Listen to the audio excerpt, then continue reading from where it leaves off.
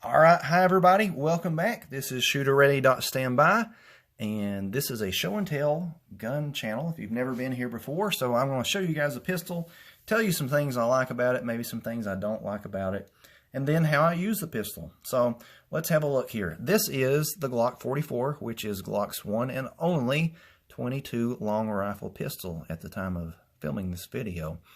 Let's start from the top.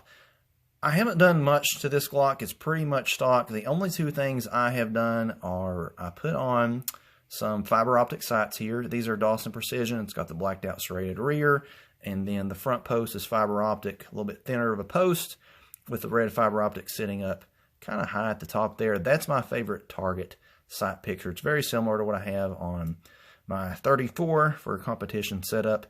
The only other thing I have done is I put a Tango Down Vickers Elite magazine release.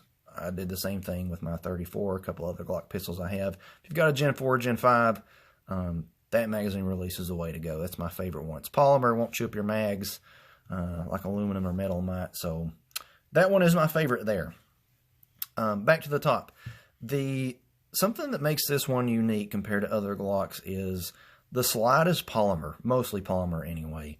The frame here, the rails on the slide are metal where they need to be, and the rest of it's polymer, which makes this a very light pistol. I don't know what the exact weight is. It feels about half as light as a Glock 19 to me. It's probably not quite that light, but it feels very light. It feels like a toy when you pick it up almost. Speaking of the Glock 19, this is the same dimensions as the Glock 19. That's one of the things I do like about it. I carry the Glock 19 a lot.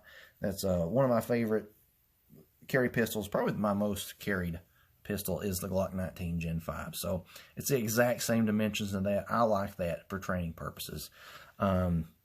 Everything else about it is Gen 5, no finger grooves, that rougher texturing, that's also on the Gen 4s, I know. Ambi slide stop, which we can use to show you this is a clear gun. There's nothing in the chamber. There's nothing in the frame there. There's no magazines or ammo around. The trigger on this thing, it says 5.5 on the box. Feels heavier than that to me. It's got the normal take-up. That's every Glock in the world. Stock Glock trigger feels like that to me. Normal take-up, and then you've got the brake. That feels like 6.5, 7.5 pounds to me. The reset, like every other Glock. Okay, and again, trigger pull feels a little bit heavier than normal to me. For what I use it for, I actually kind of like that though. So, some things I don't love about this pistol are everybody complains about the magazine capacity. It's 10+1. There are other manufacturers who are not as expensive as Glock who have figured out how to put 15, 16 rounds or more in their 22 semi-auto pistols. I guess Glock just wanted to make it ultra reliable. It's still really not, and that's probably just a challenge of 22 in a semi-automatic pistol. So they've got 10 rounds. You can get aftermarket Pro Mag mags that hold 18+1. I have a couple of those. My experience is those are more unreliable than the Glock mags. They just don't stack very good in there. It gets all jammed up and wonky. I have a little bit better luck just putting 12 to 15 rounds in those Pro mags, and they run pretty decent. But even the Glock mags, I probably average at least one malfunction every magazine I put through this gun. So there's a negative there. It's not the most reliable thing in the world. Now we'll get into how I like to use the pistol. Some of the negatives I mentioned I actually kind of like as far as how I use this pistol. If I was using it for defense or hunting or something like that, I probably wouldn't love that. But I use this as a trainer pistol. So this is a pistol I will take to the range pretty much every time I go. You know, you can easily put 200-300 rounds down range of 22 long rifle and not break the bank or feel bad about it.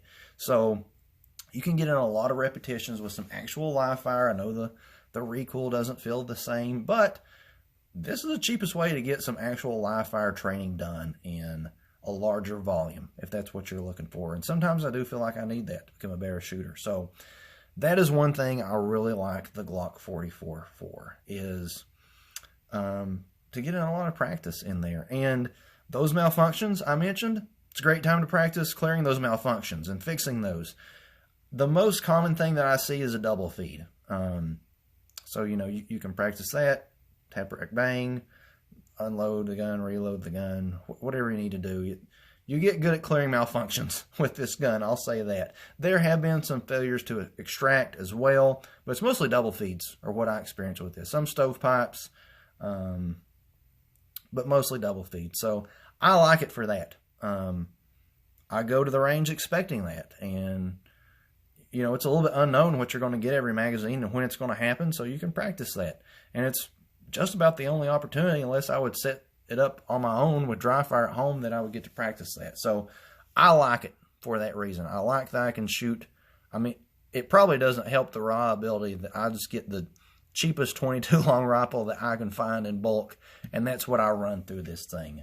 So all that federal stuff, I forget what they call it, but that cheap federal stuff is mostly what this thing has been fed, and it has problems with all of it. If I got a little bit hotter rounds, it would probably do a little bit better, but I'm not super concerned about reliability with this one because I'm just using it for training anyway. It's great for that.